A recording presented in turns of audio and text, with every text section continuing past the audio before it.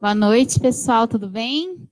Sejam bem-vindos aqui ao Brain. Eu sou a Carol, sou uma das organizadoras da Innovation Week. É um prazer para a gente receber vocês aqui. Muito obrigada pela participação de vocês. Obrigada também a todo mundo que está acompanhando a gente via streaming. Hoje a gente deu início, né, ao primeiro dia da nossa Innovation Week, um evento realizado em parceria entre a Algartec, Algar Telecom e Brain, com o objetivo de discutir importantes temáticas do mundo da inovação. São 7 dias, começando hoje até domingo, recheados de atividades, palestras, painéis, oficinas, tudo isso inspirado pelo tema Inovação Começa e Termina com Gente.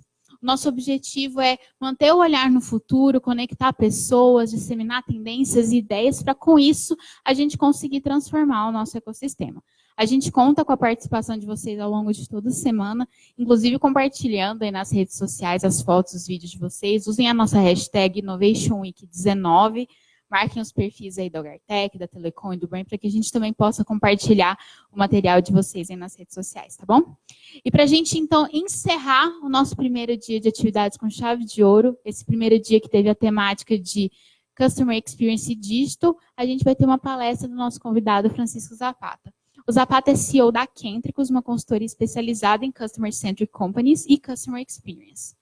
Com mais de 24 anos de experiência no mercado, o Zapata foi um dos primeiros profissionais certificados em Customer Experience, CXP, pela CXPA, Customer Experience Professionals Associations do país. A sua empresa, a Kentricus, oferece diversos serviços para levar organizações ao nível de empresas centradas nos clientes, com diagnósticos de CX, palestras e consultoria em CX. Bom, sem mais delongas, com a palestra digital na experiência do cliente, Francisco Zapata. Obrigado, Carol. Obrigado, gente, obrigado. Tá tranquilo aí o som, tá me ouvindo? Beleza? Espero que no vídeo também depois. É uma honra estar falando com vocês aqui. Muito obrigado pelo convite. Muito obrigado por me receberem aqui. Eu acho que tem um papo muito legal para falar com vocês. E hoje a gente está muito preocupado com isso. 2 coisas, digital e experiência do cliente. Mas antes de entrar nisso, eu quero só comentar um pouquinho mais de mim. E isso não porque eu seja egocêntrico, mas porque tem a ver com a minha formação e o que eu vou falar para vocês hoje. Eu sou engenheiro mecatrônico, fui da 3ª turma da USP, sim, sou assim, velho mesmo, da 3ª turma desse negócio. E desde então eu tenho me dedicado a vários aspectos empresariais que eu chamo frios e quentes. O lado de engenharia é um lado frio, um lado metódico, o lado analítico, o lado que traz a precisão a uma importância muito elevada em qualquer aspecto da vida desse engenheiro. E foi assim que me formei em engenharia mecatrônica pela Poli e já entrei no mercado como consultor. Eu fui consultor de VB. Eu era programador, na verdade, de VB. Alguém aqui sabe o que é VB? Qual é o VB que você conhece? Da época do colegial. Meu Deus. Então, VB é Visual Basic, é uma linguagem que, na época que eu peguei aqui, eu trabalhei no VB3. Hoje em dia existe o VB8 e até outras vertentes. Então, evoluiu bastante. Mas, então, eu era programador. Eu era aquele cara que, naquela época, programador era um bicho separado, ficava numa sala escura e você passava a pizza embaixo da porta. Hoje em dia, alguns ainda são assim, mas mudou bastante.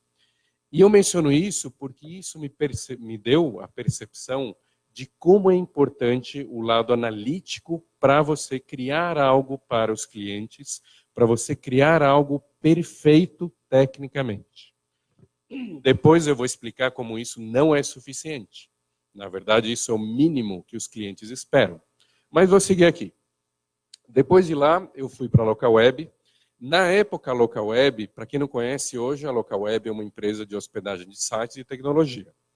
Quando eu entrei na Localweb, ela tinha 13 funcionários e 8 mil clientes. E quando eu saí de lá, 12 anos depois, ela tinha 250 mil clientes e 900 funcionários. E lá foi onde eu passei por todas essas áreas e foi onde teve a virada na minha cabeça, que eu vou explicar melhor. Quando eu entrei na Localweb, a minha missão era melhorar a qualidade dos serviços para os clientes. E eu comecei no lugar que eu percebia como sendo o pior lugar de qualidade. Alguma ideia de qual seja essa área?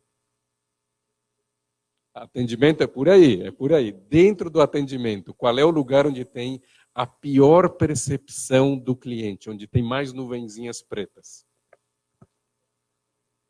Hã? Reclamação, exatamente.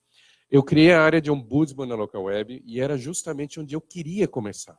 Porque se a minha missão era melhorar a qualidade, num aspecto bem amplo mesmo para o nosso cliente, eu pensei, bem, vou pegar o lugar onde não tem qualidade, as piores reclamações, e vou entender.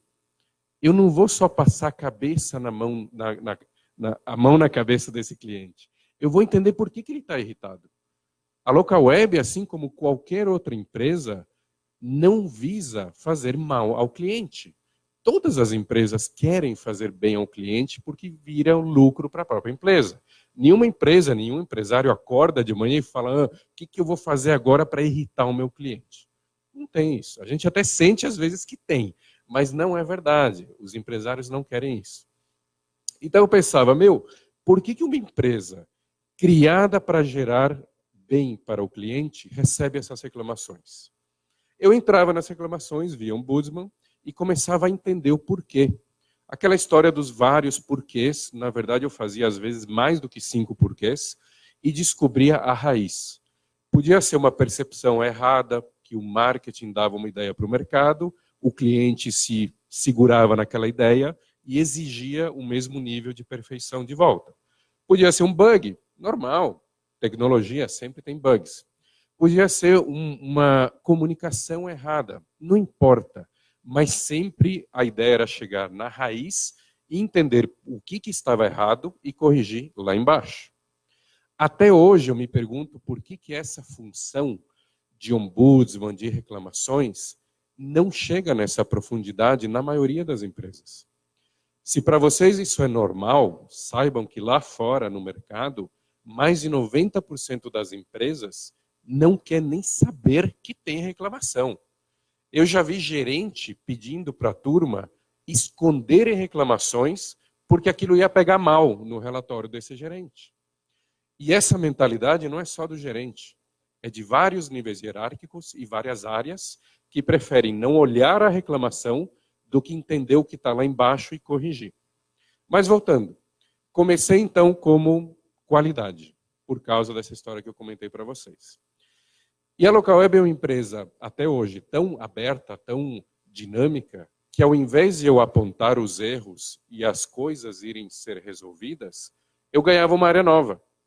Então o Gilberto, que era o presidente na época, um dos donos da Local Web, ele chegava para mim e falava: cara, você encontrou um problema em tal área? Atendimento provavelmente era o mais comum. Então toma, a área é sua agora, você é o líder do N1 de atendimento. Aí eu ia cavucando e encontrava outra coisa que era um pouquinho mais profundo. De novo, Zapata, você achou algo ruim lá embaixo? Quer saber? Você agora também tem essa área. E foi assim que eu fui absorvendo várias áreas, e por isso que virou operações, e nesse momento eu já tinha áreas demais comigo. Tinha áreas de atendimento, área de projeto, até data center, eu lidava com muitas coisas do data center, ao mesmo tempo que eu lidava com cliente. O tempo todo eu lidei com clientes. E isso foi a grande diferença para mim, na minha carreira. Chegou uma hora, então, que eu tinha muito prato girando e eu tinha que reduzir. E foi aí que teve a grande mudança na minha mente. Porque o confortável para mim seria voltar para esse mundo frio aqui. Falar, olha, me deixa aqui com esses processos, me deixa com tecnologia, a parte de tecnologia que eu chegava a interferir, e eu ficaria lá quietinho e tranquilo.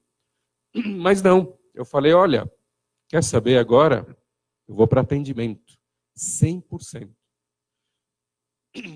Alguém aqui já passou por uma situação parecida? Você parece que já passou? Quer comentar? Mas é normal. Quem entra em alguma área de atendimento percebe claramente que o ouro está no cliente. Por mais óbvio e blá, blá, blá que seja no mercado hoje em dia essa mensagem. Mas você percebe tão claramente que você nunca mais vai querer se afastar.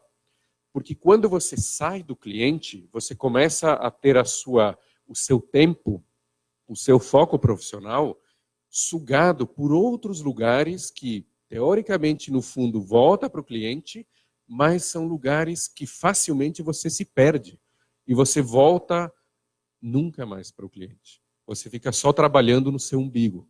Se eu sou um cara de vendas, por exemplo, eu tenho meu contato com o cliente, mas as minhas metas de vendas geralmente me levam para longe. É aquela história do vendedor que vende areia no deserto. Não é tão legal assim vender areia no deserto, né? Se você é um cliente e se você quer fazer bem a um cliente. Então, esse tipo de vendedor está cada vez mais se transformando até ele. Mas eu vou voltar aqui de novo nessa história do vendedor. Seguindo a história, eu foquei então em atendimento e foi então que eu saí da Local Web e fundei a minha consultoria. Essa consultoria, no início, não era de centricidade no cliente. Não existia tanto esse termo e eu falava, vou fazer processos de gestão de call center. Mas, no fundo, eu já executava conceitos de Customer Experience. Coisas que depois, quando eu me certifiquei pela CXPA, eu percebi que eu já fazia, nem aqui, eu já fazia aqui. Assim que eu entrei na Local Web e tive o meu contato com o cliente, eu já comecei a atuar com conceitos de centralização nesse cliente. Aquela história de aprofundar até chegar na raiz, por exemplo. Mas então, chegamos aqui e foi então que eu vim a descobrir a tal da CXPA, Customer Experience Professional Association. É uma organização mundial, mas principalmente Estados Unidos, formada por dezenas, centenas quase, de empresas que são consultorias, são empresas de tecnologia, empresas de marketing, das mais variadas, mas é um grupo de empresas que se juntou para estudar essa história de CX, Customer Experience. Eles geraram um framework de pensamento, que eu vou mostrar para vocês, que chamam-se as 6 disciplinas que fazem a fundação de uma empresa centrada no cliente. E esse grupo de empresas, uma delas principalmente a Forrester, é uma das principais que gerou isso, criou esse tal aliás, a CXPA criou esse selo que certifica pessoas como elas sendo conhecedoras desse grupo de metodologias. E eu olhava aquilo e falava, mas eu não vou passar nessa prova. Eu não sei essas coisas aí tão modernas e tal. O que eu sei é tudo que eu aprendi aqui e tudo que eu desenvolvi aqui. Mas eu me arrisquei e estudei, peguei uns livros relacionados e estudei. E não é que eu consegui me homologar. Foi assim que eu percebi 2 coisas. Primeiro, que o que eu já fazia desde então é Customer Experience, são metodologias que hoje em dia são agrupadas e recebem essa tarja de CX. E outra coisa que eu percebi é que, olha, está na hora de eu mudar. Consultoria Zapata é muito babaca e eu inventei um nome que é Quêntricos, não significa nada. É que Quêntricos, sempre me perguntam isso, Eduardo, o que significa? Quêntricos significa que não existia nenhum outro domínio.com livre e que remetesse à centricidade no cliente. Então, essa é a razão, mas, por favor, se alguém tiver uma história mais inspiradora, é só me avisar. Chegando em Quêntricos, então, eu tive a vontade de ser explicitamente um consultor, uma empresa de consultoria de centralização no cliente. E tem uma diferença entre Customer Experience e centralização no cliente. Centralização no cliente é o guarda-chuva macro, que envolve esse monte de buzzwords que vocês ouvem, Customer Success, Customer Experience, UX, usabilidade, Design Thinking, tudo isso você pode juntar embaixo desse guarda-chuva, chamado Customer Centric Companies, que é centralização no cliente. E dentro disso você tem 2 estratégias macro que são as mais impactantes. Uma estratégia é Customer Experience, que é você diferenciar a sua empresa pela experiência que ela proporciona para os clientes. E a outra estratégia, que eu considero uma estratégia irmã, é Customer Success, que se fundamenta em um outro conceito, que é assim: se você é o meu cliente e eu trabalho para que o seu sucesso de negócios seja melhor devido ao relacionamento comigo, então você nunca vai me abandonar como cliente. Parece a coisa mais óbvia do mundo.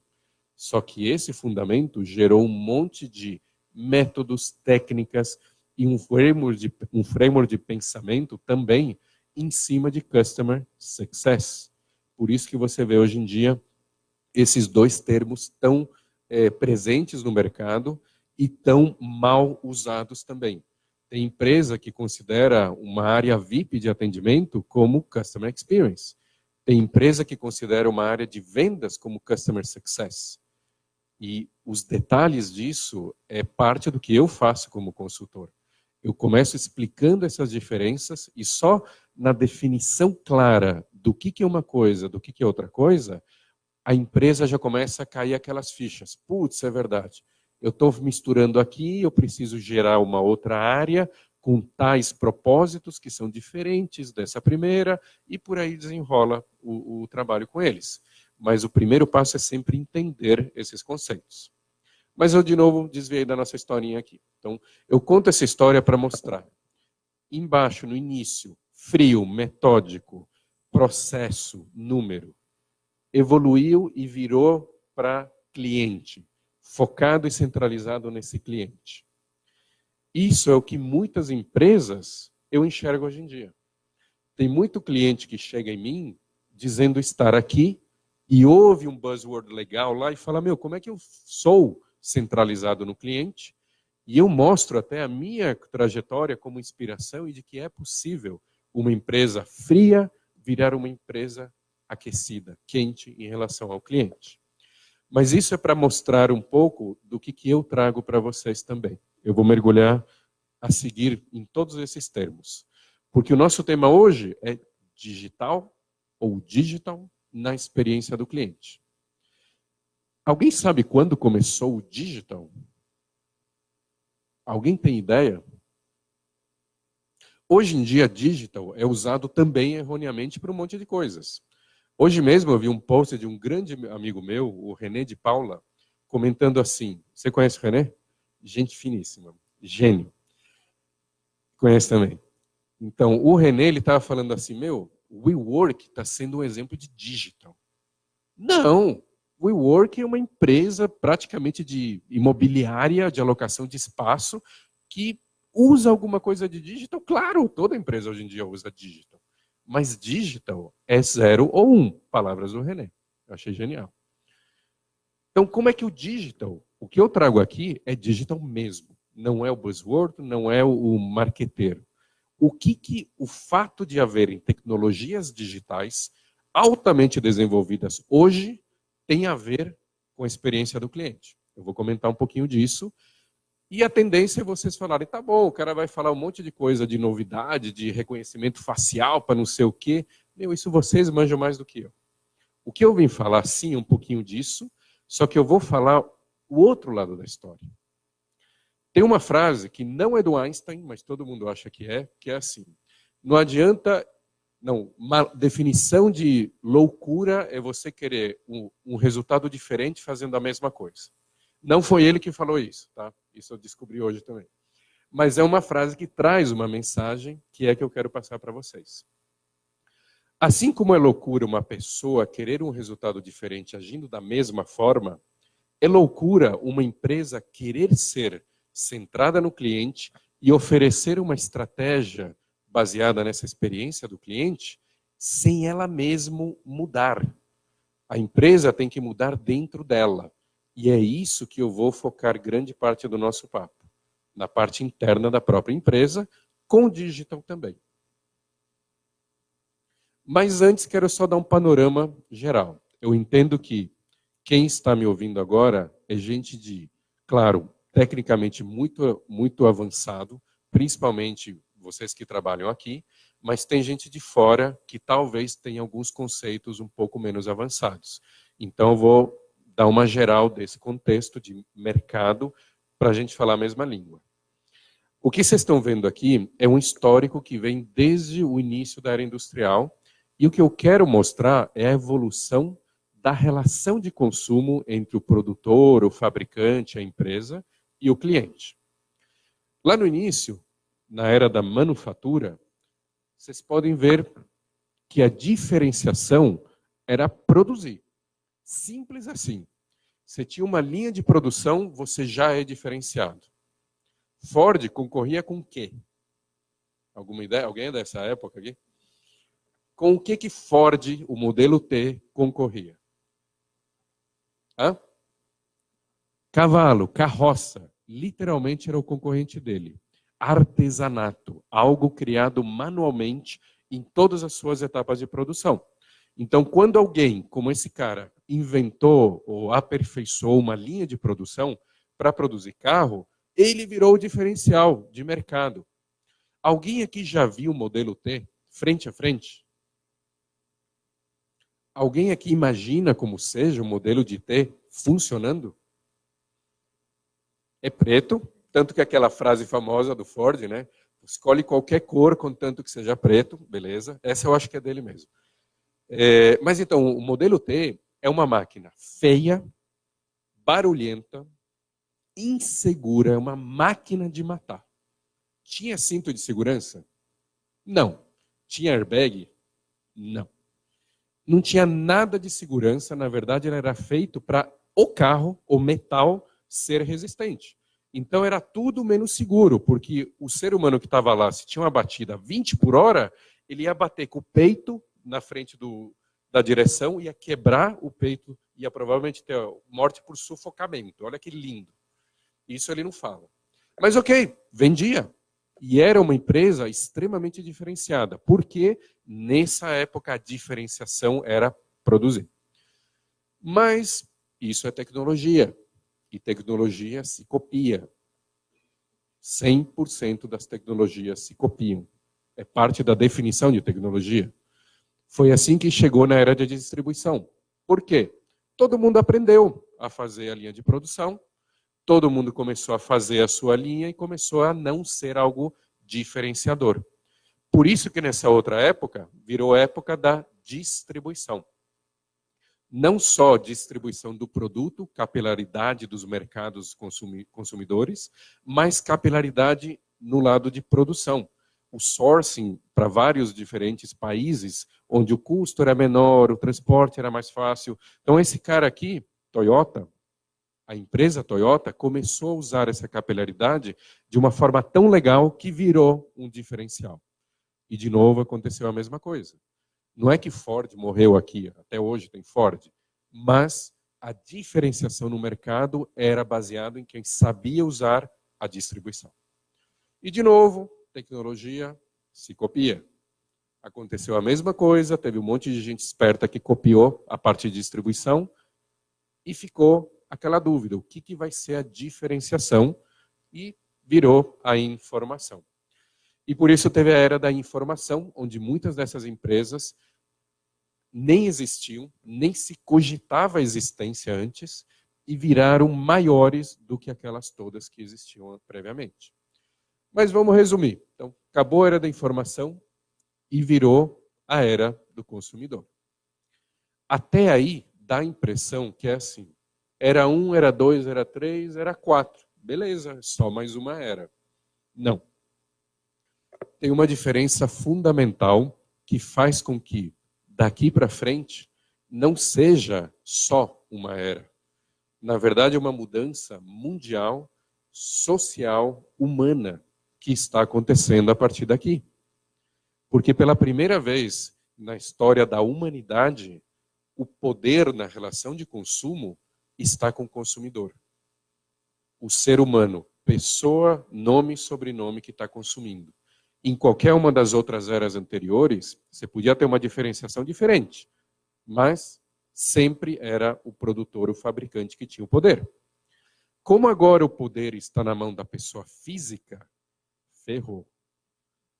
Como é que as empresas que estão há mais de 100 anos trabalhando uma estrutura, uma cultura, métodos, técnicas feitas para o modelo onde elas têm o poder, como é que elas agora viram esse poder? Não é elas que estão virando. O poder está sendo sugado pela pessoa física em todos os mercados praticamente do mundo. Como é que elas vão se adaptar? E por isso que eu falei para vocês que a empresa tem que mudar. Eu já vou chegar lá. Então a mensagem aqui é, olha, mudou, não tem volta, e é uma mudança maior do que qualquer coisa que pudesse ser imaginado aqui. Isso traz à tona a seguinte pergunta para as empresas. Tenho que mudar, mas baseado no quê? Como é que o meu Deus agora, que é o meu consumidor, ele decide? Como é que vocês decidem entre uma marca A e uma marca B? Alguma ideia? Experiência. Essa acho que era manjada já. Mas é isso mesmo, a experiência. Exato, exato, é a experiência. E aí entra uma outra dúvida. A experiência por si só é fruto do quê? Como é que uma empresa pode mudar aquela experiência daquele cliente? Como? Funcionalidade tem a ver. Relacionamento, tecnologia. Só que vejam que tudo isso não é algo que de repente tem um cara passando na rua, a empresa chega e pá, raio na cabeça dele, experiência, não sei o quê, e ele sai daqui um fã. Não é assim que funciona. Tudo isso funciona em conjuntos ordenados de situações que se chamam jornadas. É impossível hoje em dia uma empresa querer suceder, ter sucesso, olhando só uma fotografia, um slice no tempo daquele cliente. Não dá. Essa empresa tem que saber o que aconteceu antes, 1, 2 passos, 10 passos antes. Tem que saber o que está acontecendo a cada contato, a cada touch point com esse cliente. E mesmo que esse cliente pare o contato, ela tem que saber a jornada após. E todo esse conjunto de touch points, antes, durante e após, é uma jornada. Então as empresas estão começando apenas a entender que a jornada é que tem que ditar a estratégia delas. Não é nem o cliente. Veja bem a diferença. Não é o cliente que é uma foto estática parada no tempo. É uma jornada que envolve emoções, situações conectadas de uma forma inteligentemente orquestrado, de propósito para gerar situações memoráveis para esse cliente. Eu estou falando ciência, eu não estou falando auê, frufru, vamos tratar bem esse cliente, dar um tapinha nas costas, um sorvetinho, uma selfie comigo e beleza. Não é isso. O cliente é inteligente. Ele sabe quando é frufru e quando é de verdade a mensagem que a empresa está passando. Jornada, então, entrou finalmente na agenda estratégica das empresas. E CEOs não são burros. E eles já estão se mexendo. CEOs já estão percebendo que tem uma junção meio blur ainda, meio indecisa, entre digital e experiência. Digital, transformação digital. É, no fundo, como eles percebem o digital. É a transformação macro nas empresas e na oferta de serviços que eles estão passando. E eu trouxe algumas pesquisas para mostrar isso. Tanto que eles estão percebendo como que é urgente. 66% dos CEOs pretendem mudar de estratégias tradicionais para estratégias digital em até um ano, até final de 2019. A gente está em outubro agora, quase lá. 66%. Essa pesquisa é do IDC, que foi feita em novembro de 2018. Tá? 34% das empresas adotará totalmente a transformação digital em 12 meses ou menos. De novo, lembrando, a pesquisa é de novembro de 2018. Ou seja, esses caras têm um mês para conseguir chegar lá. Mas isso só mostra como é algo próximo, é algo urgente para esse pessoal. E tem outra pesquisa que mostra também como é urgente, que eu vou mostrar mais adiante. Não é nem essa, é outra. Mas só para fechar a ideia, 55% das empresas acredita ter menos de um ano antes de começar a sofrer financeiramente, realmente no bolso, os efeitos da perda de market share por não adotar o digital. Isso são esses dois pedaços, 45 e o 10 ali, 55. Mas estende um pouquinho mais a pesquisa. Pega 2 anos. dá quase 86% das empresas sabem que vão ter prejuízos financeiros se não adotarem o digital. Quer algo mais urgente do que isso? Eu vou dar. Mas antes quero definir só. A gente está falando de digital, transformação digital. Eu peguei uma definição em transformação digital. É a evolução da parte do ecossistema que a empresa controla, em termos de sistema, processo e serviços, entregues a clientes usando tecnologias digitais. É inovadora essa definição? Meu amigo René usa um exemplo muito bom. Mainframe. Alguém aqui já viu mainframe? Você já viu. Mainframe é digital. E é da década de 50, 60, deve ser. Já era digital. Então, meu amigo, transformação digital não é de agora. Mas tem um complemento que faz a diferença. As tecnologias digitais, principalmente os métodos digitais atuais, provocam uma alteração fundamental na forma como o valor é entregue para o cliente. Frequentemente provoca aparecimento de novo serviço, que antes era impossível, e isso ocasiona aparecimento de novas formas de entregar valor. Isso é o grande impacto do digital. E eu complemento sempre falando que transformação digital só vale, entre aspas, se tiver junto com a experiência do cliente. Se não, vira aquele auê, aquele fogo de palha instantâneo que todo mundo fala e comenta, mas depois o cliente está se perguntando, oh, para que eu uso aquilo lá? Como é que aquela coisa legal muda a minha vida? Por isso que tem que ter as duas coisas juntas. A transformação digital junto com a experiência do cliente que aproveita aquela novidade antes impossível. Mas então, essa é a grande novidade que as duas coisas trazem. E alguns exemplos que vocês conhecem são esses. São modelos de negócio novos que seriam totalmente impossíveis de serem feitos antigamente. Antigamente, não muito tempo atrás, inclusive. Kickstarter, Uber, Airbnb, fala N do dia a dia de vocês e você vai perceber que algum tempo atrás já não era possível, mas agora, juntando todas as peças do quebra-cabeça, vira uma disrupção de modelo de negócio. E esse é um efeito secundário, mas eu considero primário. Quando esses novos modelos de negócio começaram a ser difundidos, começou a aparecer uma classe de consumidor que já existia, mas agora eles se juntam mais, que é o consumidor altamente engajado. Engajado com a marca, não é só engajado com o produto. Ele vai lá no âmago do propósito da empresa. Propósito é uma nova onda que ainda vai chegar. Vem depois da experiência do cliente, mas já dá para sentir hoje em dia. Porque esse consumidor engajado, ele está trazendo isso para o mercado. A primeira onda é o consumidor engajado trazer o lance do fã. Eu não sou mais cliente de uma marca. Eu não sou mais amador daquela marca. Eu não amo. Eu sou fã daquela marca. E geralmente quando eu comento isso, eu uso um exemplo que as pessoas sentem a diferença entre um cliente que gosta e um cliente que é fã.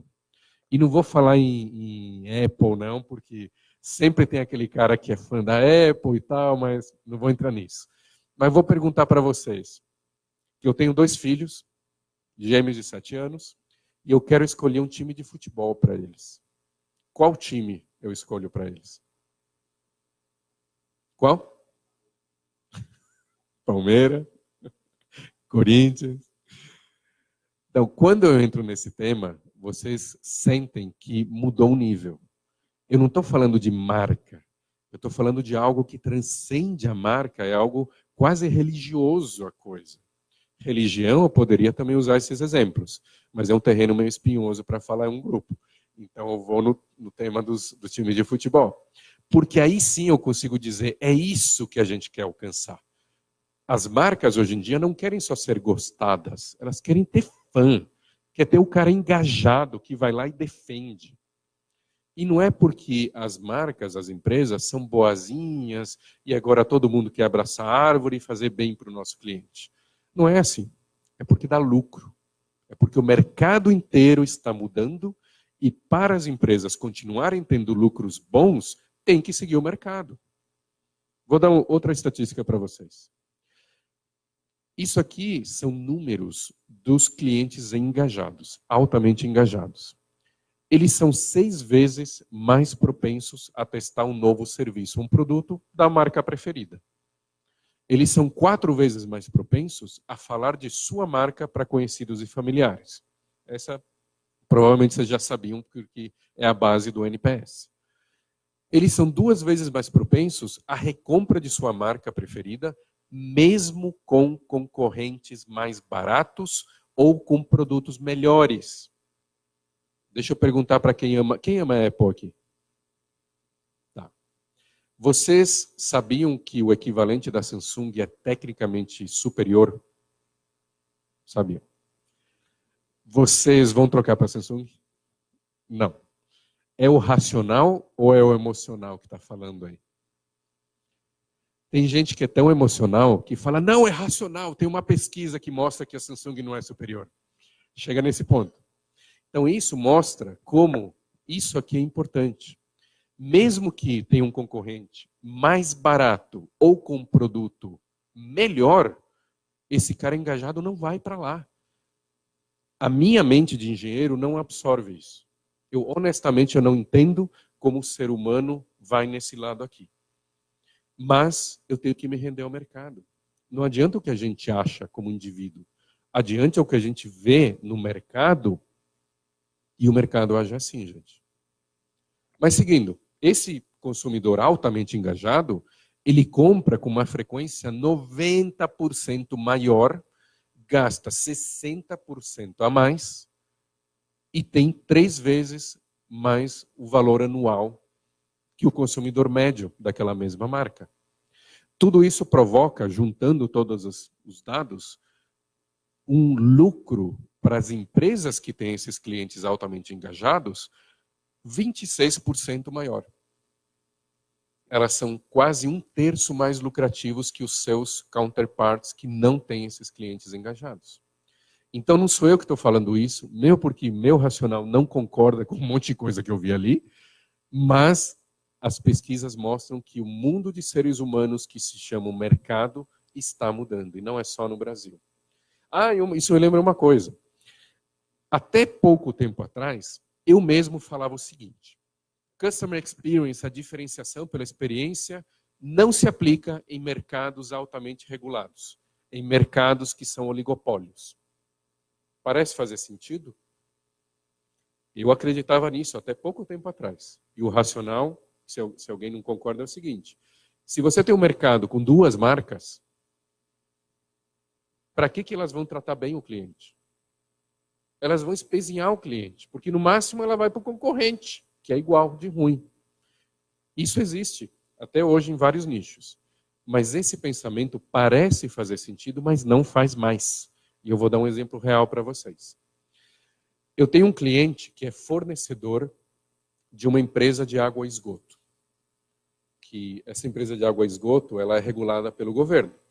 Então aí você me fala, essa empresa, vamos chamar de empresa A, será que a empresa A é preocupada com a experiência do cliente? A princípio você falaria, para quê? É regulado, é esgoto, é governo. E sim, eles são preocupados. Eles estão nesse momento com uma iniciativa enorme de Customer Experience. E eu cutuquei eles, eu falei, para que vocês estão fazendo isso se vocês são de um mercado monopolizado? Se o seu cliente não gosta de você, o que ele vai fazer? Ele vai jogar o esgoto onde? No vizinho? No terreno do lado? No matinho? Não. Ele é subjugado a essa empresa. A sacada é a seguinte: essas empresas que são reguladas pelo governo, o governo usa algo para dar multa, para ver se elas estão fazendo o mínimo de serviço, e esse algo geralmente são reclamações. Tá? Até aí tudo bem. O número de reclamações dessa área de água e esgoto tem aumentado. Vocês acham que os buracos têm aumentado ou diminuído? Provavelmente aumentado um pouco. Mas eu vou dar outro dado para vocês. Os mesmos problemas de antes tem agora. O consumidor é o mesmo. Só que agora ele reclama mais. Por quê? Vou repetir. Os mesmos consumidores, usando a mesma empresa de água de esgoto, X tempo atrás reclamavam pouco. Agora eles reclamam muito. Portanto, fazem o governo pressionar essa empresa de água de esgoto e ela está se preocupando com Customer Experience. Essa é a explicação. Mas o que eu estou perguntando para vocês, por que esse cliente está reclamando mais? Mais canais para reclamar, mais voz. É por aí. Exato. É um cliente, é um ser humano mal acostumado. Porque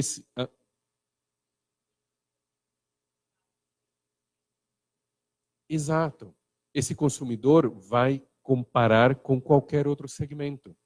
Esse consumidor que antigamente reclamava pouco, hoje em dia ele usa Uber, ele tem uma conta no Nubank, ele usa Kickstarter e as outras que vocês viram aqui. Então agora ele está percebendo, nossa, como era ruim. E ele está mal acostumado a reclamar. O que eu pessoalmente acho fantástico. Acho que o consumidor tem que reclamar mesmo e cada vez mais. Mas você vê o efeito. Como ele agora reclama mais, o governo recebe mais reclamações e desce a paulada mais forte em empresa de água e esgoto, que é de um mercado regulado, que a gente achava que não tem por que se preocupar com o CX. Então a mensagem que eu quero passar para vocês é que, mesmo em mercados aparentemente protegidos contra CX, eventualmente vai chegar lá. E não é muito tarde, não. Já está chegando. Se chega na água e esgoto no Brasil, vai chegar em qualquer mercado no mundo inteiro. Mas então, voltando ao ponto aqui. Esse consumidor é a grande revolução. Ele faz essas mudanças, gera mais lucro e por isso que as empresas agora estão se preocupando com Customer Experience e com digital, porque o digital, junto com o CX, traz novos modelos de negócio inovadores que geram mais consumidores engajados. E agora eu queria mostrar algumas coisinhas para vocês. A gente já viu então que tem uma urgência para isso, existe um mercado fervilhante de consumidores engajados, loucos para dar o dinheiro para empresas que têm o digital mais a experiência para eles. E isso provoca algumas mudanças, que são as que eu vou mostrar para vocês. Vamos começar a ver um pouco mais o lado da empresa. Vendas. Antes era televenda, propaganda em veículo genérico, televisão, jornal e tal. Hoje em dia você também tem que se preocupar com venda social, Facebook, LinkedIn, conteúdo. Eu faço isso. Antigamente eu teria que postar o meu nome, Kentricus, no jornal. Agora eu faço isso. Eu dou conteúdo. E não é conteúdo babaquinha, não. Eu dou realmente a chave, eu dou o caminho. E é assim que você promove uma marca usando conteúdo. Não é dando aquele conteúdo descartável que o cara pode encontrar em qualquer lugar. É dando um conteúdo que realmente é útil para aquela pessoa e ela vai puxando mais e melhorando mais até um ponto em que a marca vira a referência de conteúdo para aquela marca, aquele consumidor. Relacionamentos. Isso não preciso nem falar para vocês. Foco no business dos clientes. Aqui já começou uma mudança muito importante. Não é mais foco no que o cliente pode dar de grana para mim. É foco no negócio, no business desse cliente, para ele progredir e, consequentemente, me dar a grana.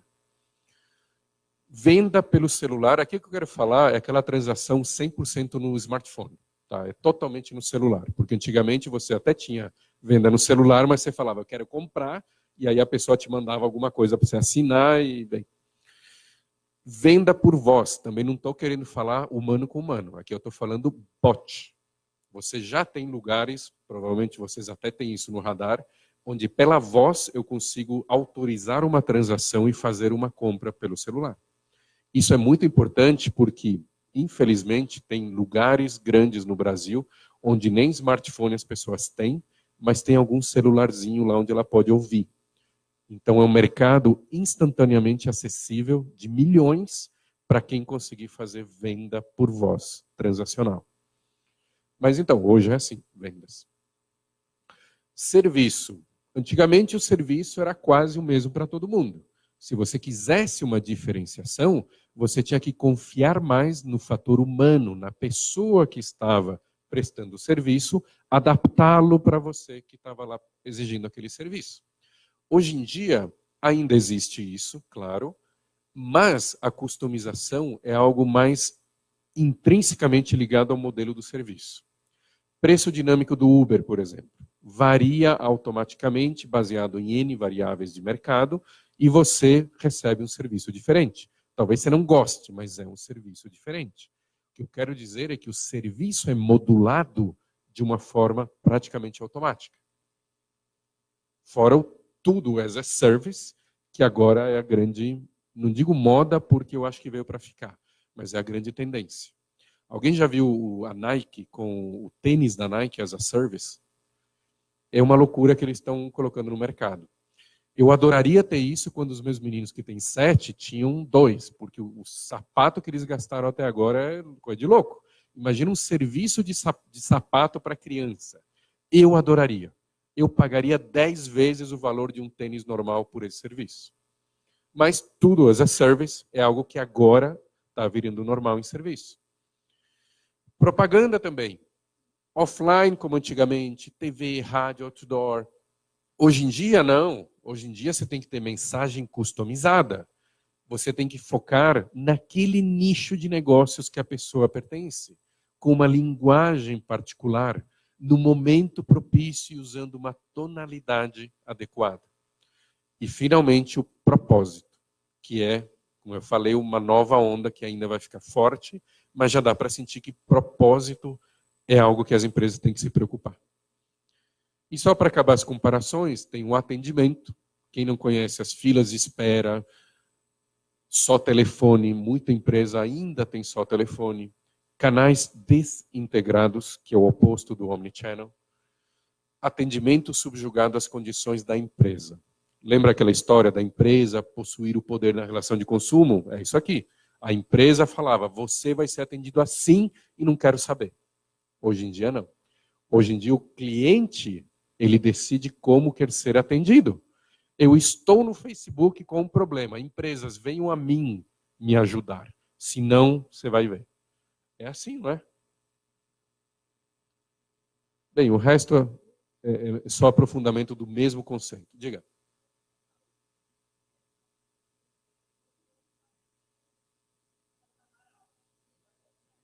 Não. Tem de tudo.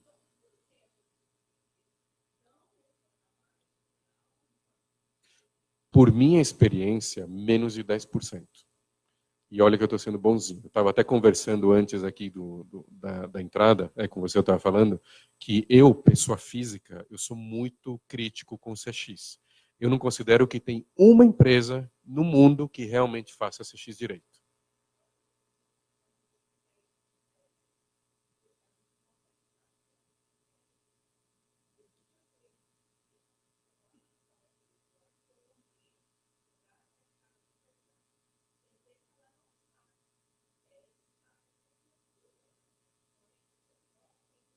Ficou na espera.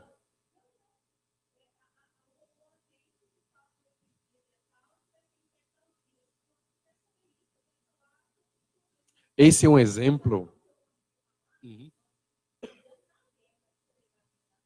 Aí atende.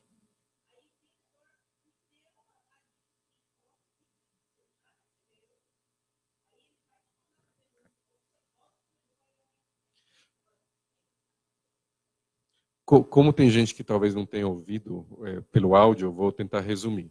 Ela está colocando que, assim, hoje em dia o atendimento é comum que seja tão ruim que parece que as empresas realmente querem te empurrar, não querem te atender.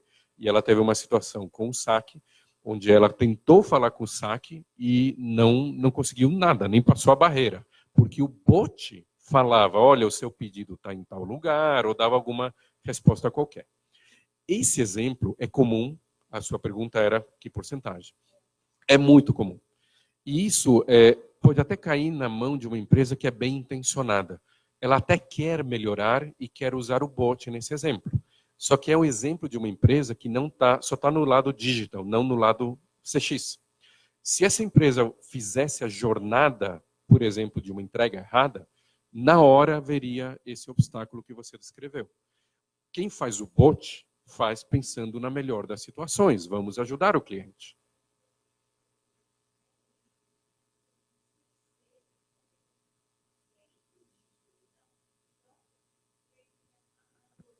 Exato, é esse o ponto. Se ir para o digital porque é legal e quer saber porque é tangível. Ir para o digital significa você falar para o seu chefe, eu botei um bot. Olha, ele ouve voz, ele transforma a voz em texto e faz a transação. Olha que legal. O chefe vai ficar contente e vai falar para o chefe dele, olha, somos digital. E o cliente está lá, que nem você, lutando no saque, xingando essa marca, para depois ir para um concorrente que realmente te atenda direito. Então esse é o problema de ir só no digital. Você tem que ter as duas coisas sinergicamente. Excelente exemplo. Então até aqui eu assumo que eu consegui convencer, se alguém não estava convencido, que é importante ter os dois. Ter o digital, o CX, e que existe uma certa urgência para isso. Vocês lembram dos números dos CEOs pensando lá. Para poder seguir, eu vou ter que falar de 3 coisas, porque agora é o momento da gente ser introspectivo. Aquela história que a empresa tem que mudar. Para a empresa mudar, ela tem que entender essas 3 coisas. A persona, jornada e disciplinas de CX. Aquelas 6 disciplinas, tá? Eu vou tentar ser rápido nesses 2 primeiros, que imagino que muita gente já esteja familiar, mas só para a gente uniformizar a nossa linguagem. O que é persona? Persona é uma forma de você agrupar grupos pequenos, médios, grandes, não importa, mas um grupo de clientes debaixo de uma personificação. Não é uma segmentação de mercado unicamente. Não é um ticket médio, não é qualquer slice de dados frios. Acho que agora vocês entendem quando eu falo lado frio. Na verdade, a persona é isso, mais uma camada quente. Uma camada emocional, uma camada subjetiva. A persona vai dar a percepção para a própria empresa de quem é o ser humano que está lá. Tem personas tão sofisticadas que falam o sotaque da pessoa, fala a cor da pele, não de uma forma pejorativa, mas de uma forma factual. Fala o jeito da pessoa gastar na internet. Tem N coisas que você pode colocar na persona. E aí uma dica. Não coloca frufru na persona. Tem muita persona que você vai ver enorme, assim, cheia de dados, e vai ter dado tão minucioso que você vai falar, caramba, como é que eu vou criar um produto para uma pessoa que tem olho azul, fala inglês e vai 2 vezes na semana na ginástica? Dependendo do produto, aquele dado não serve para nada. Se servir, aí é o oposto, aí tem que estar na persona. Então, o que eu quero falar para vocês é isso. Persona tem que dar um contexto de vida da pessoa, do seu cliente, que faça sentido para o serviço que você está dando. Se não fizer sentido, nem coloca na persona, vira só poluição visual. Tá?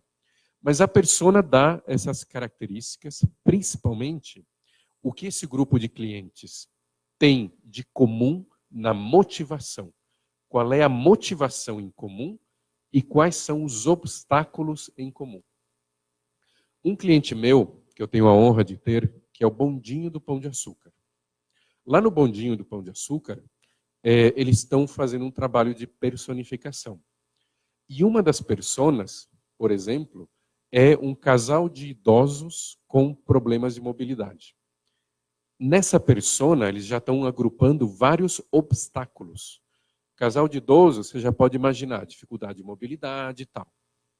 Mas aí, uma pessoa numa reunião levantou uma coisa que para mim era totalmente fora da minha realidade. Falou assim, olha, se eles têm necessidades especiais, além de serem idosos, é preciso ter um banheiro próximo a cada X metros ou a cada X tempo. Eu, Zapata, nunca na minha ignorância eu teria pensado que a localização de banheiro era algo impactante para um casal de idosos. Eu sou uma anta em relação a isso. Agora não, agora eu entendi. E por que eu entendi? Porque criaram uma persona do casal de idosos e nos exercícios com essa persona ficou evidente essa necessidade. Então, a persona não é algo para ficar só na parede e não servir para mudar o produto. Ele muda produto, ele muda serviço. Na verdade, é a fonte. A gente cria um serviço para aquela persona. Bem, persona, tudo bem? Ok? Jornada. Isso é uma jornada bonita, complexa e pictórica, eu diria. Tanto que eu escolhi para ilustrar para vocês. Não se preocupe em ler o que está aqui, tá? Isso só vai distrair vocês. O que eu quero mostrar é que jornada é algo visualmente impactante e que mostra claramente duas coisas. A persona.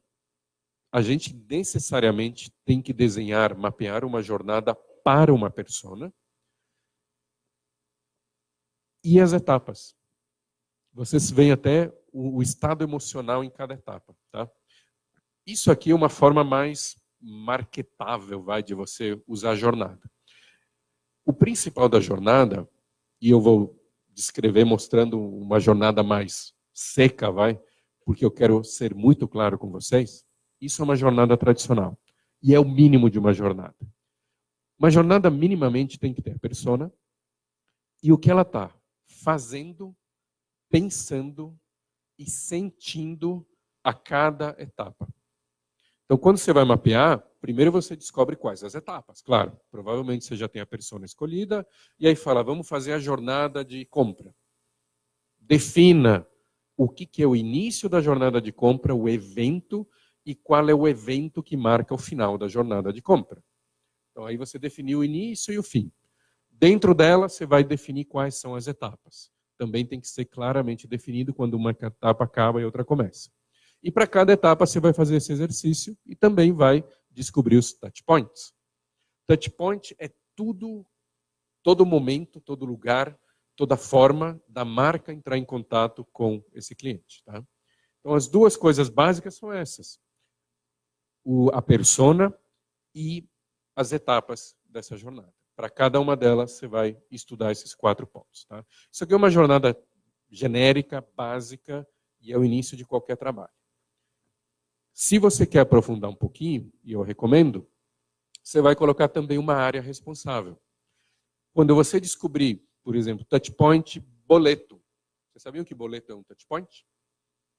O cliente, quando recebe o boleto, ele está vendo a marca? Tá, é um touchpoint. E é um touchpoint importantíssimo, porque esse touchpoint é o caminho para ele fazer o pagamento. Parece óbvio também, mas... Cara, tem gente que faz boleto de uma forma tão complicada que eu não consigo saber quanto eu tenho que pagar. Fora aqueles textinhos pequenos que talvez a persona daquele velhinho não consiga ler. Talvez se for uma persona que é cega, como é que vai ver o boleto? Então, isso são as tonalidades tão delicadas e ao mesmo tempo importantes que a persona traz no mapeamento. Mas então, jornada típica, vamos deixá-la um pouquinho mais completa. Tem outro jeito também de aprofundar, que é falar em métricas. Agora sim a gente está falando um pouco mais dados. Toda etapa vai ter um fator emocional. Vai estar emoção lá em cima, emoção lá embaixo, não importa, mas tem uma variação. E o nosso objetivo como empresa, como CX, é ter esses lugares numa coerência tal que no final da jornada esse cliente fale, pô, gostei da jornada, vou falar bem, NPS positivo, foi fácil, effort score bom, tudo isso a gente quer melhorar através dessa jornada. Tá? Para melhorar, a gente tem que medir. Por isso que eu recomendo muito colocar essas métricas lá embaixo. Cada touch point, no mundo ideal, cada touch point tem que ter uma medição. No mundo real, a gente só vai se preocupar com 3 ou 4 touch points que são os mais impactantes na jornada. Depois eu falo como escolher. Mas falar em métrica, eu tenho que falar em métrica proativa e reativa. Isso é algo familiar para vocês? Tá, então eu vou ser um pouquinho mais rápido aqui. Basicamente tem uma diferença grande entre KPI, métrica, proativa e reativa. Quando eu falei aqui que a gente vai detectar métricas, vamos supor que seja o boleto que eu comentei e a taxa de pagamento em dia desse boleto. A taxa de pagamento em dia é uma métrica, certo? Só que ela é uma métrica reativa. Métrica reativa é aquela métrica que geralmente é onde a empresa quer atuar, só que não tem como mexer lá. Não tem um botãozinho na cabeça do cliente que a empresa possa mexer e aumentar a taxa de pagamento em dia daquele boleto. Então ela é reativa, ela reage a um monte de outras condições. E essas outras condições podem ser medidas pela métrica proativa. Então imagina que a taxa de pagamento do boleto melhora conforme o número de dias de antecedência que o cliente recebe o boleto. E esse número de dias de antecedência está totalmente no controle da sua empresa. Vamos supor, tá? Eu sei que depende dos correios, e aí desembesta outra coisa. Mas vamos supor que dependa só da sua empresa. Você, então, tem uma métrica proativa, que é o número de dias prévios, que impacta na métrica reativa, que é a taxa de pagamento. Não quer dizer que 100% desses clientes vão pagar em dia, mas é uma grande influência que você causa com as métricas proativas. E quando eu falo isso dentro da jornada, é porque aqui começa a mudança dentro da nossa própria empresa. Tudo isso aqui é a gente olhar para o cliente. Mas quando chegou em métricas, em área responsável, eu começo a olhar para dentro e falar, essa turma aqui agora tem uma missão que é melhorar a métrica reativa de taxa de pagamento e para isso, quer saber, eles têm uma métrica proativa que a gente já sabe qual é. Mãos à obra. Fica bem mais fácil, né? Mas isso tudo eu estou fazendo para... Opa, faltou isso. Para mostrar para vocês o que a própria empresa tem que mudar nela, tá? E antes, eu quero só falar desse último item, que é extremamente importante. A identidade. Alguém sabe aqui o que é identidade de experiência? Eu vou dar um exemplo para vocês. Eu deveria ter trazido um vídeo, depois vocês procuram, mas tem 2 vídeos que eu mostro de como aplicar injeção. O primeiro é da Universidade de...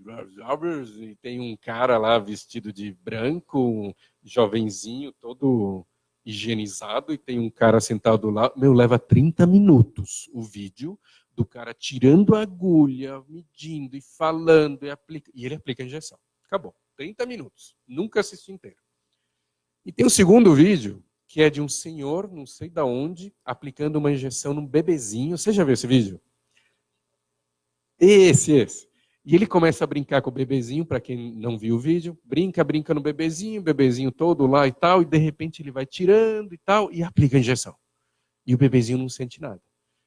E ele aplica uma segunda injeção.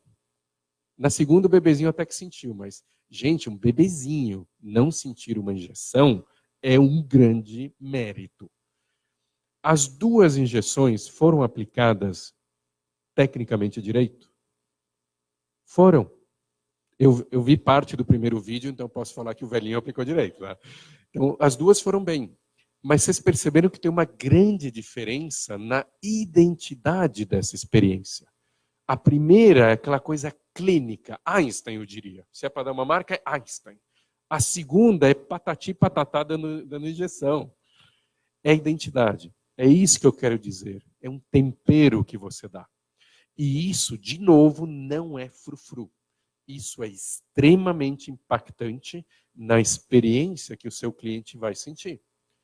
Tanto que, se a sua marca estiver aqui, digamos, em identidade, e a sua experiência estiver aqui, ou seja, não for na mesma sintonia, no final o cliente vai ficar confuso. Ele não vai saber direito onde ele foi. Será que eu fui nesse lugar que promete e faz isso? Ou eu fui nesse outro lugar?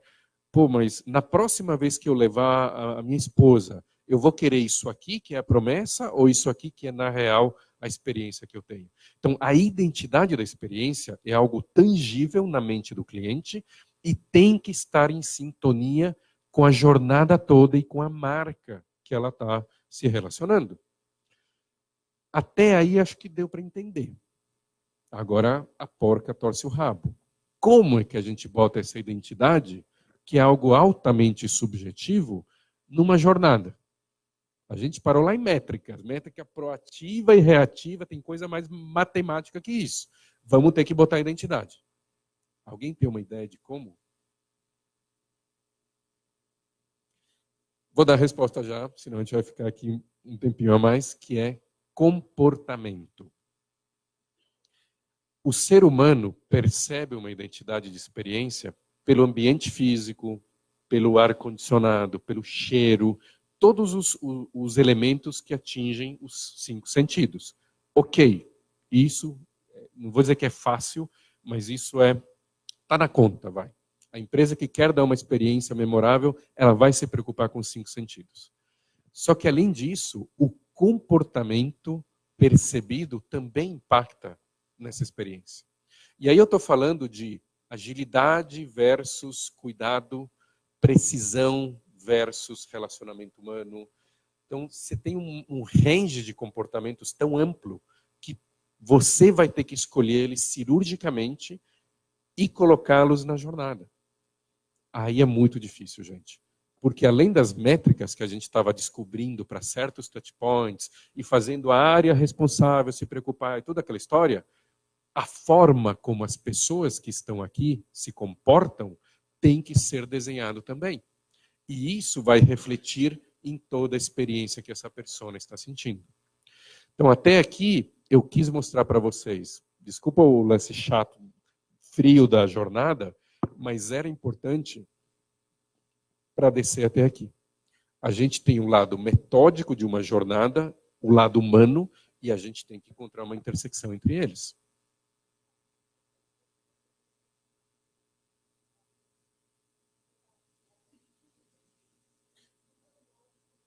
Tá.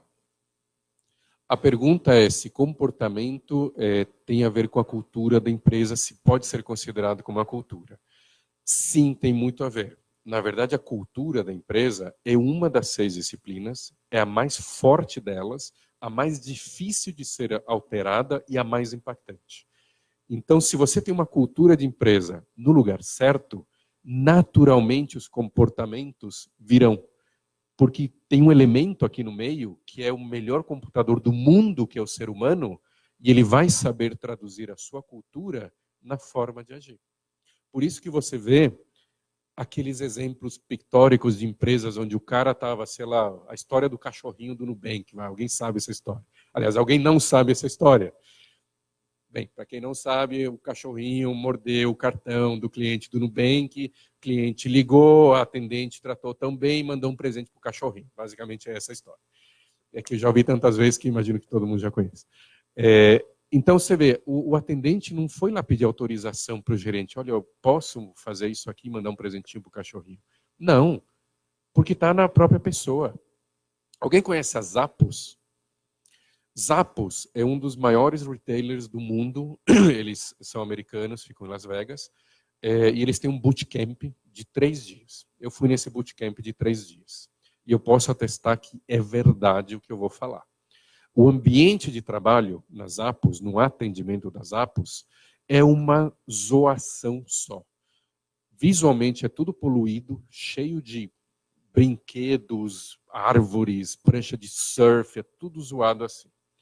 Por quê? Eles querem que a pessoa traga a vida dela para lá. E não é à toa, eles querem que a Zappos seja uma segunda casa. E vira uma segunda casa para as pessoas que estão lá. É uma forma que a Zappos encontrou para controlar e criar uma cultura única entre todo mundo. Pois bem, eu estava ouvindo uma atendente da Zappos. E a atendente tomou atitudes que eu tenho certeza que em nenhum lugar do Brasil seria aprovado. Um desconto, um benefício, uma mudança cadastral, qualquer coisa que não seria aprovado aqui. E eu fiquei abismado. E eu não vi essa pessoa pedir autorização para ninguém. Não vi nem essa pessoa hesitar. Na mesma linha que ela estava falando, você perdeu não sei o quê, não precisa devolver, eu te mando outro agora, o código é tal, chega amanhã e quer saber, você é VIP agora, você não precisa pagar frete. Tudo na mesma frase. Cara, é real.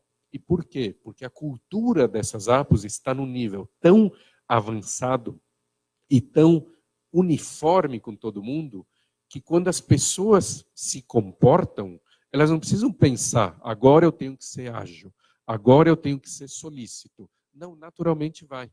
Então, sim, a cultura é o grande guarda-chuva. Mas então, comportamento era só para fechar a história de jornada, tá? Mas até aí, beleza. Cadê o digital? Eu não falei nada de digital aqui, ó. Fazendo, pensando, sentindo, touchpoint, área, métrica, talvez você possa pensar no Excel, mas eu não falei de digital, porque não é necessário. Para você fazer todo o mapeamento de jornada e desenhar uma nova jornada, você não precisa de digital.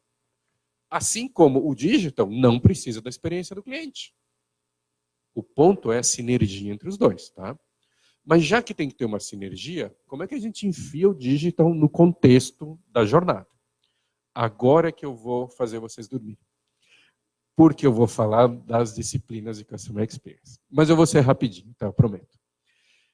Essas são as 6 disciplinas que são o fundamento de uma empresa centrada no cliente. Não fui eu que inventei, não foi uma única empresa que inventou, se bem que a Forrester é uma que tem um peso grande nisso aqui. É aquele grupo de empresas que eu comentei para vocês, que estudaram várias situações e vários anos de estudo e concluíram a existência dessas 6 disciplinas, que em conjunto fazem uma empresa ser centrada no cliente. Eu não estou falando que fazem Customer Experience, isso é muito buzzword. A experiência memorável de um cliente como estratégia é algo que uma empresa escolhe. Se você é uma empresa centrada no cliente, sai no xixi. É como se você não pudesse evitar. Se você genuinamente é centrado no cliente, você vai gerar experiências memoráveis e quer saber, você vai fazer Customer Success também, sem saber. Mas Customer Success é outro papo.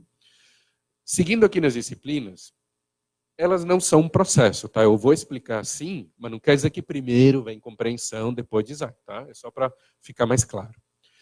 Compreensão é a disciplina que guarda todas as técnicas e métodos que fazem a empresa entender quem é o cliente, tanto objetivamente como subjetivamente e até emocionalmente. Aí entram aquelas camadas quentes na persona, seria fria se tivesse só números sociodemográficos. Na compreensão é onde a gente vai fazer a persona, onde a gente vai fazer o mapeamento. VOC, voz do cliente, provavelmente vocês já ouviram, entra aqui. Todas as formas de entender esse cliente entram lá. Como? Talvez aí vocês não tenham ouvido falar de etnografia. É familiar? É para alguns. Etnografia, para quem nunca ouviu falar, veio daqueles documentários do pessoal filmando leões na África. Eu assistia muito quando era criança. Você vê o cara entrando na selva, com alguma proteção, mas filmando lá do lado dos leões. Ele está fazendo etnografia. Da mesma forma, e até parecido, é a gente entrando no mundo dos clientes. Etnografia seria um de vocês ir no lugar que o cliente está usando o seu produto e olhar ele executando. Se possível, a gente até ouvir os pensamentos dele. Uma técnica de etnografia, inclusive, é você chegar para o cliente e falar, pensa em voz alta. Tudo bem, eu não vou falar para ninguém, fala tudo que está na sua cabeça, mas fala. Cada passo. E é impressionante o que o cliente fala e o que a gente aprende. Porque ele começa com aquela tela, porra, eu fiz aquela tela. Cara, tá linda a tela. A tela tem todos os botões, seguindo o código, normas, ABNT, XPTO, tá tudo lá. Aí o cliente começa a falar, que merda que eu faço agora? Cadê o botão? Eu só quero comprar, cadê o botão? E é nesse nível. O cliente está lá. E a gente está achando que está arrasando aqui em cima. Então, etnografia é algo que eu recomendo fortemente para todo mundo. De qualquer área. Eu não estou falando só de programadores. Estou falando de qualquer área. Se você atende o cliente, você já percebe muito bem. Mas se experimenta colocar lá, você vai sentir outras coisas que você nunca teria percebido. Mas então, compreensão envolve etnografia, envolve N outras coisas. Design é a disciplina que visa gerar uma nova jornada memorável para esse cliente. Até aí se confunde até com design thinking, certo? Double Diamond, toda aquela história lá. Mas não é só isso. Design thinking está aqui dentro, mas tem mais. Na disciplina de design, a gente procura transformar a empresa de forma que continuamente estejam acontecendo DTs, Design Thinkings, para gerar melhorias detectadas aqui. Então, é meio que uma consequência. Nesse caso, sim, tem uma interação muito grande das duas disciplinas. Mas o Design Thinking é um pedaço e a metodologia, os métodos dentro da disciplina de design mudam outras coisas na empresa. Por exemplo, mudou a cor de alguma coisa no produto. Volta para lá, vamos sentir, testar, sentir, remodelar. Começa um ciclo entre essas duas aqui, até garantir que aquela cor nova vai ser algo beneficial para a experiência do cliente. Tá? Então, design é isso. E medição. Opa! Medição. Aqui é uma das partes mais difíceis de qualquer empresa fazer. A parte de medição, sim, é a detecção, NPS, Effort Score, CSAT, qualquer métrica de percepção entra aqui. É o lugar onde a gente detecta em que lugares da jornada, para que persona, em que momento aplicar qual técnica de qual métrica aplicável. Beleza, mas também correlaciona esses números com os números financeiros da empresa. Então, é essa disciplina que vai responder perguntas tão cabeludas como a seguinte: qual é o impacto no EBITDA de uma diminuição de 10% no tempo de espera no call center de vendas do produto A? Alguém saberia responder isso? Se souberem, está de parabéns. Mas aqui é onde a gente tenta descobrir essas correlações. Não só entre essas duas que eu dei de exemplo, mas todo o contexto operacional. Cada touchpoint, lembram-se que tinha, idealmente, uma métrica. A gente vai colocar também métricas de percepção em alguns touchpoints. Então, imagina que o cliente dá uma nota ruim de NPS em algum lugar da jornada. Basta saber que ele deu nota ruim naquele lugar e ler o comentário dele no NPS? Não. O ideal é a gente saber que naquele momento, naquele ponto da jornada, existiam todas estas outras variáveis de contexto. Naquele momento, tinha tanto de espera na fila. Naquele momento, aquele bug ainda estava vivo. Naquele momento, o link estava com a latência de tanto. Naquele momento, a temperatura no bondinho era tanto. É esse tipo de coisa que eu vou ter que botar lá. Mas então, são um monte de medições de contexto operacional para dar sustância à medição de percepção do cliente. Então, nessa disciplina é onde a gente aprofunda esse tipo de pensamento. Governança. Eu vou resumir governança e cultura ao mesmo tempo, porque tem uma analogia que ajuda. Sempre que a gente quer mover algo grande, pesado, a gente puxa e a gente empurra. O pesado que a gente quer mover é a nossa empresa. A gente quer que ela seja centrada no cliente. A disciplina de governança é como se fosse um empurrão para essa empresa. E a disciplina de cultura é como se fosse o puxão. Governança é onde a gente traz o cliente para dentro da empresa, aquela história de ter a cadeira do cliente na reunião. Vocês já ouviram essa história?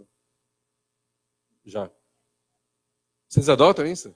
Tem uma cadeira de cliente lá? Eu boto um desafio para as empresas que falam isso. Posso botar? Aquela cadeira já teve um cliente de verdade? Parabéns. É a primeira empresa que eu vejo que faz isso. Porque nem se não me engano, a Amazon que começou com isso.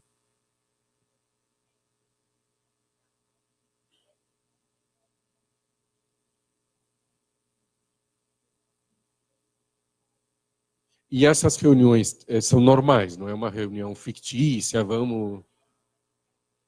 Legal, legal. Excelente, parabéns. Mas então, isso é uma forma muito, muito forte de atuar na governança. Você trazer um cliente lá.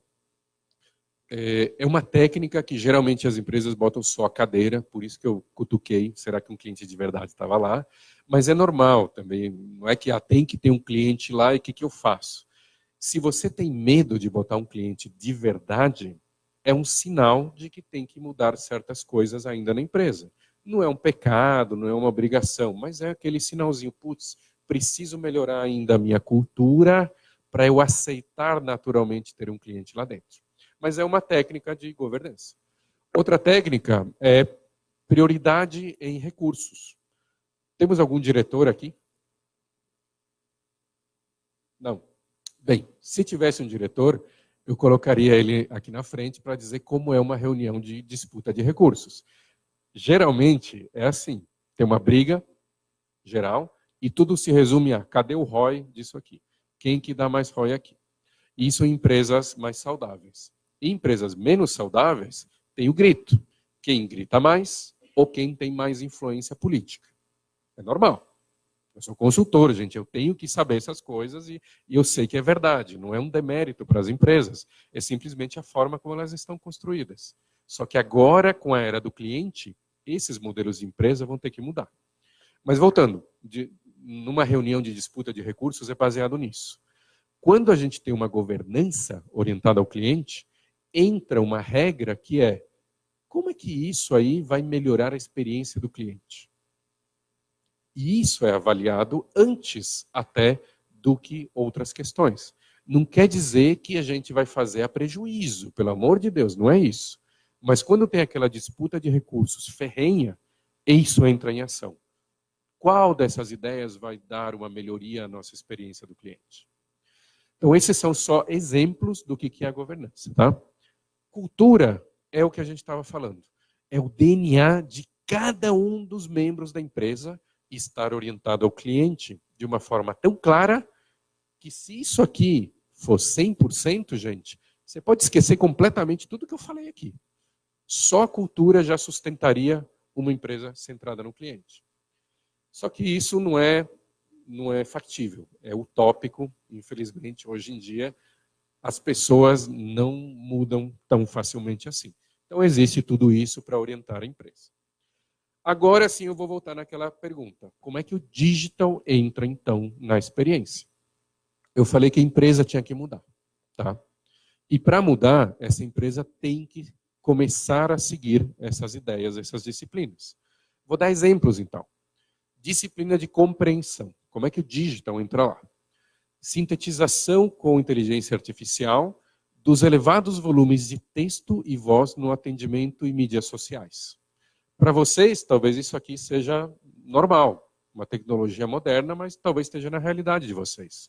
99% das empresas lá fora nem sabem que é possível um robô interpretar áudio e texto e cuspir conclusões temáticas. Dizer que o assunto mais comentado ontem foi venda do produto A. Dizer que a reclamação mais ultrajante se refere à demora de 2 dias. Isso tudo você consegue com digital. Pesquisas interativas com bots inteligentes e humanizados. Lembra da história que, infelizmente, grande parte da população não tem nem um smartphone, mas tem um celularzinho. Hoje em dia, você pode ter um bot que sintetiza a voz para ligar para essa turma, para fazer uma pesquisa interativa e humanizada. Por que humanizada? Porque você quer que a pessoa fique mais à vontade. Talvez esse público fique mais à vontade. É só mais um exemplo de como o digital interfere na disciplina de compreensão.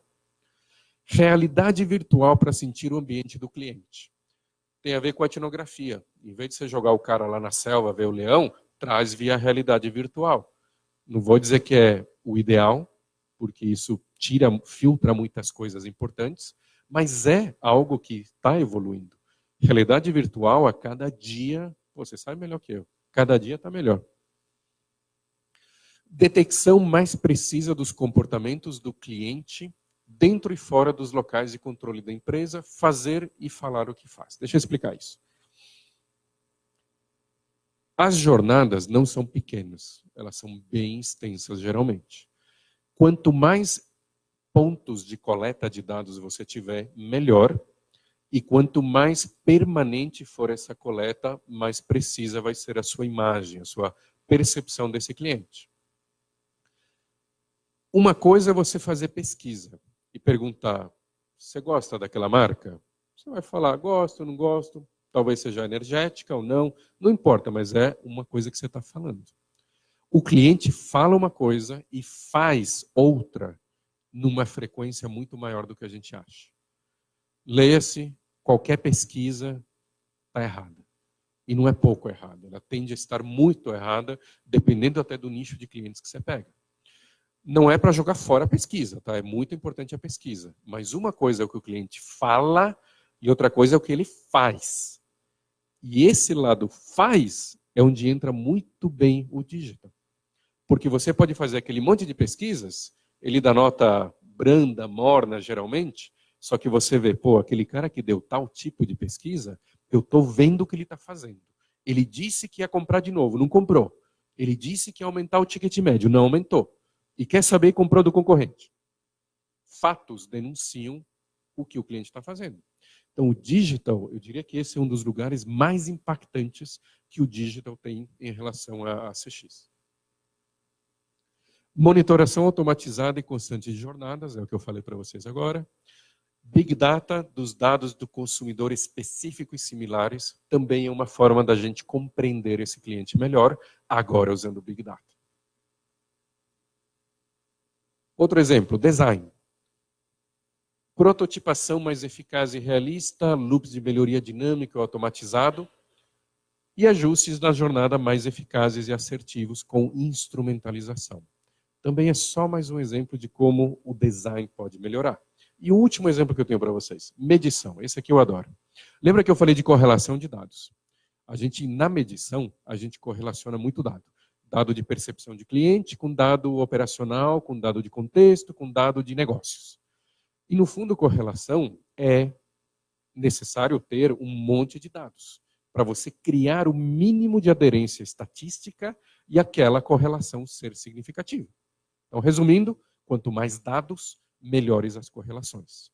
Só que agora a gente tem lakes, data lakes, que o pessoal gosta de falar. Para mim é um monte de dados, mas eles falam data lakes. Hoje em dia, eu posso então pegar data lakes, dados de satisfação com produto e serviço, juntar com comentários de mídias sociais e com o aspecto financeiro de outras empresas do mesmo setor. Pô, mas isso é intrusão empresarial? Não, tem empresa aberta na bolsa, você consegue acessar esses dados. Se você tem uma correlação estatística bem feita, você descobre cada loucura aqui. Qual é a nota de algo falado, ou melhor, vou começar aqui.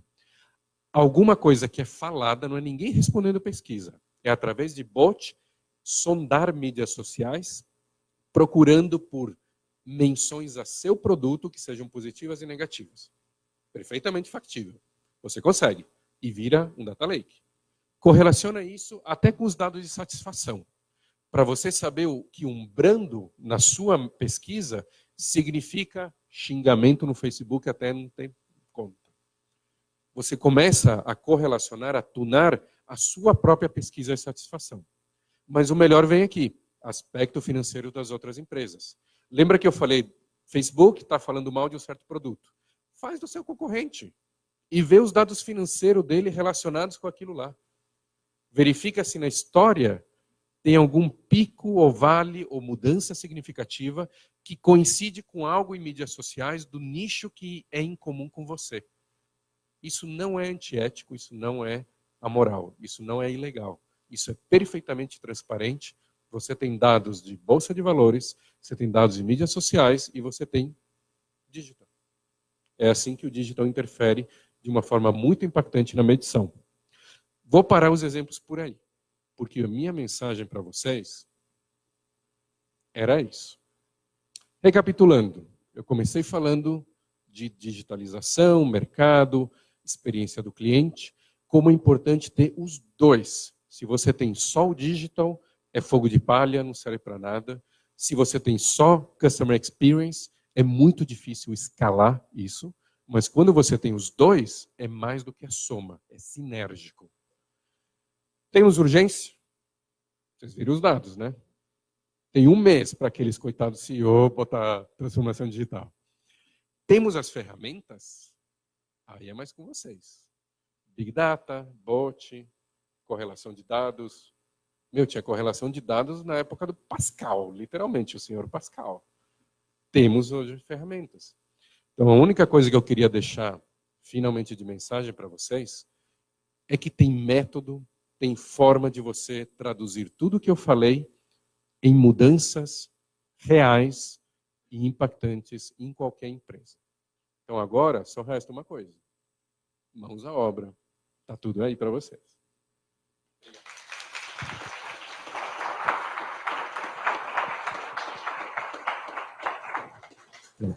E aí, pessoal, muita informação? Eu sei que já está tarde, mas a gente tem tempinho ainda para umas 2 perguntinhas, pelo menos. Alguém tem alguma pergunta que gostaria de fazer para o Zapata? Queria? Oi, boa noite. Meu nome é Cláudia. Qual que seria um primeiro passo mais aceito, né, dentro da empresa para começar a criar uma cultura disruptiva? Para você primeiro romper as barreiras de uma empresa tradicional, né, para você começar a quebrar os paradigmas dentro da empresa primeiro, para depois partir para esse passo. Excelente ponto, porque inclusive é o que mais me afeta como consultor de mercado. Meu desafio é pegar empresas e deixá-las centradas no cliente. Algumas já se mexem, já descobrem isso e me cutucam. Mas a minha vontade é mexer na cabeça de todas elas. Mas respondendo, começa tudo na educação. No que a gente está vendo aqui, que é entender o contexto de mercado, porque tem empresa que é alheia, tem empresa que está no seu mundo de poliana, que eu vou te contar que depois não vai saber o que atingiram elas. Mas elas estão lá achando que isso é buzzword, que não pega nada, não sei o quê. Mas pega. Dados, tem estatística. Então, educação no sentido de entender o contexto de mercado e entender conceitos é o primeiro passo. Depois eu diria que é importante isso vir de cima. Claro que é bom todo mundo na empresa estar ciente, mas se o topo da empresa não abraçar a ideia de verdade, porque eu já vi da boca para fora, mas de verdade, isso não anda.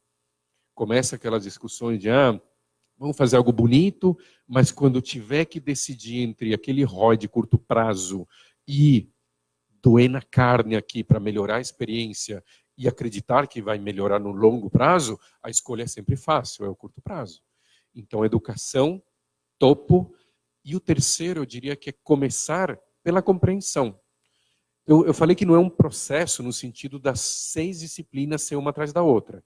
Mas se é para escolher uma primeira, é a compreensão. E aí vocês podem até brincar com aquela da etnografia. É uma beleza. Você pegar um diretor de empresa, botar para atender, mais ainda, botar para usar o serviço, é impactante, assim, o mais forte que pode ter. Então, eu colocaria essas 3 coisas. Mais alguma pergunta, pessoal? Não? Então, Zapata, tem aqui? Essa certificação CCXP é da Kentricus? Eu sou certificado pessoa, então a pessoa física é certificada. Então, eu, Zapata, tenho a certificação. Eu tirei ela em 2016, se não me engano, ou 2017. E ela é oferecida para qualquer um que se filia a CXPA e passe por uma prova. No Brasil, eles estão fazendo a prova em vários lugares. Eu sei que tem em São Paulo, em Uberlândia, não tenho certeza. Mas tem essa primeira etapa de prova, digital mesmo, e um texto que você tem que mandar para eles, meio que vendendo o seu caso. Como é que eu provo, eu descrevo para a CXPA que eu já sou capaz de exercer as disciplinas. Bom, gente, Zapata, muito obrigada pela sua participação na nossa Innovation Week. Muito obrigada para vocês que ficaram aqui até tarde com a gente. Valeu, gente. Obrigado. Eu espero que vocês tenham aproveitado. Foi incrível. Assim, a gente teve pedidos, principalmente da área de CX da Telecom, para trazer você para cá. Tenho certeza que eles ficaram muito satisfeitos com o retorno, né? Pessoal, muito obrigada. Espero que vocês continuem aproveitando a programação da Innovation Week. Boa noite e até amanhã. Valeu, gente. Obrigado.